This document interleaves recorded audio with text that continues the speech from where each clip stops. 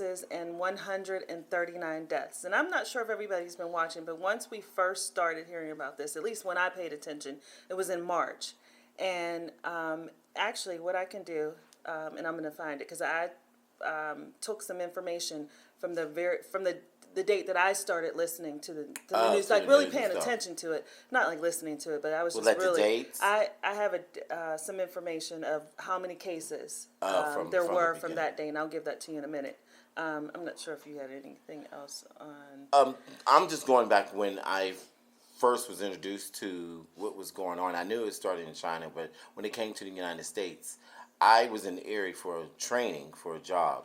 Well, I mean, my job training, and that had to be around the 13th of March, because before the 13th, it was like around the 10th. I wouldn't say the 8th, because it's like right after your birthday when I was here. Then I went back up to Erie and stuff, and that's when it started coming to the United States, but it wasn't coming heavy. And all of a sudden, the wave just took over New York, and it started hitting Philly like really hard. Right. And people was dropping off left and right, because I didn't, like, even in my training class, when it hit, I left the training class on the 13th of March, they started sanitizing the room every day when we left. Right. You know, but we weren't wearing masks. We wasn't doing the 6 feet apart from each other, because we didn't know. Well, you know, I took a trip that weekend, right? And so yes, you sure did. There were no activities, especially people gathering. Like, I was supposed to go to a play. They canceled the play. I know in the hotel that we stayed, the workers there in that hotel were starting to wear masks, but it wasn't a complete shutdown. Yep, they started the last day we were there. They were wearing masks.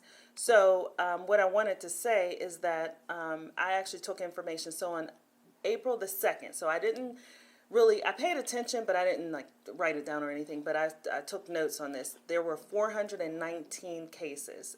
Period. In Allegheny County. Oh, okay. There were no deaths at that time. Then on April the 6th, there were 642 cases, 4 deaths. So we're seeing how quickly that was going on. Right. April the 13th, there were 876 cases and 21 deaths, and it just went up from there. And the last time I actually just wrote it down for myself was May the 12th. There were 1,526 cases and 127 deaths. So even though, you know, Allegheny County itself may have had, I mean, to some people in other areas that may seem like it's a small amount, it really, you have to think about it from the very first time that it was starting to be tracked until now. How many people have been confirmed cases to the deaths?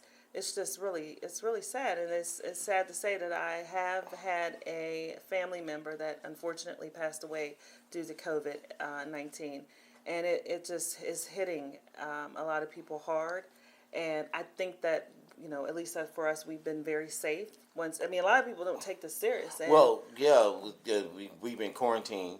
You know, like once I come in the house from work, I stay in. I don't really go anywhere unless I do have to go to the store. And I try to make it as little as possible.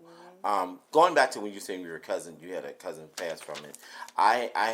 We have a friend whose nephew ended up getting it. I mean, actually, I think he just is coming out of intensive care. He's been in there for like a month. What happened now? Well, I mean, he's a truck driver, so he's been all over the place. So I guess that's how he contracted the virus. But it's messing up his kidneys to the point now he's on dialysis forever. And I'm like, so this is no joke. So when you people, I know, like right now, the cities are opening up and you're having a good time, and we need to open our cities and stuff. Okay, we'll see how it is once you or your family members get this, because it's not just about getting over like a big flu. Like, I'll just